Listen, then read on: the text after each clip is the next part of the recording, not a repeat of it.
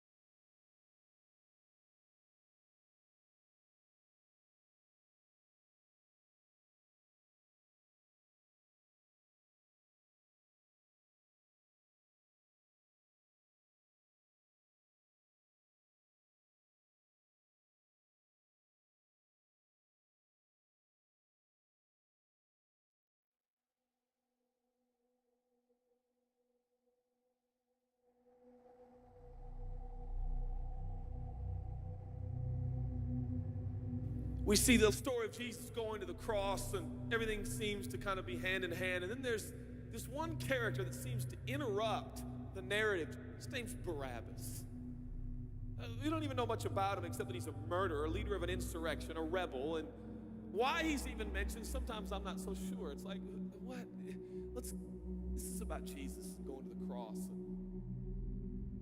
So in this moment, Pilate thinks, I hold the destinies of these two men in my hand. I know the Jews have a tradition that on a holy day, I will release one of the prisoners on death row.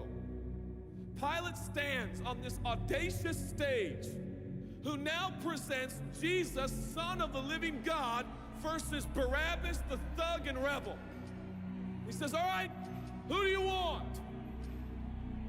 This is blasphemy. This has gone too far. There's no comparison. This is a rightful prisoner, a man who should be on death row. He's a rebel against Rome. He leads a rebellion. He murders people. He's a bad man. He's a thug and he's a crook. He deserves the chains and he deserves the crucifixion. Jesus, what has he done but heal, restore, deliver, set free, open blind eyes, open deaf ears, heal the lame and the leper? What has Jesus done? Who do you want? We want Barabbas. Yeah, give us Barabbas.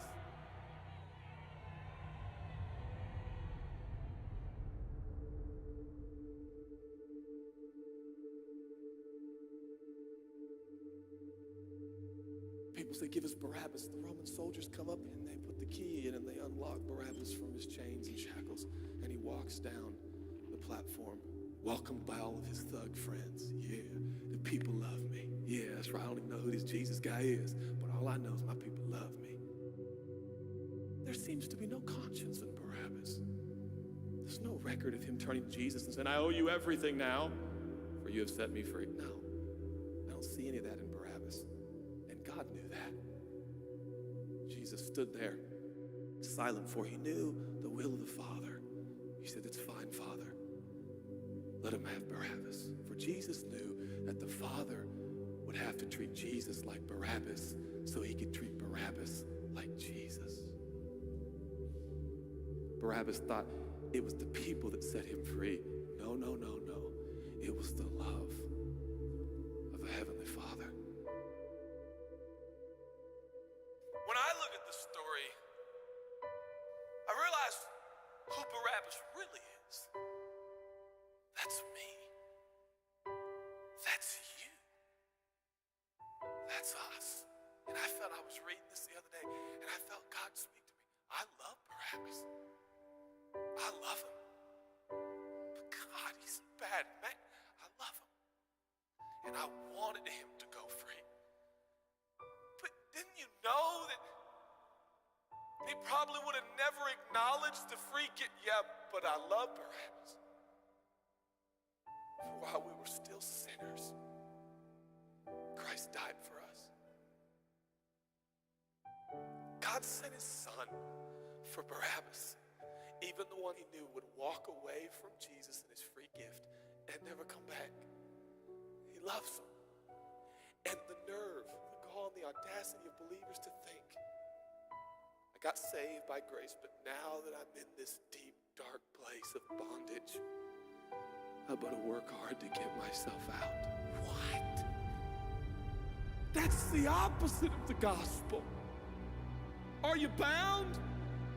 Are you held under the power of this temptation, this sin, the sexual urges? Do you feel like it's controlling you? What are you going to do?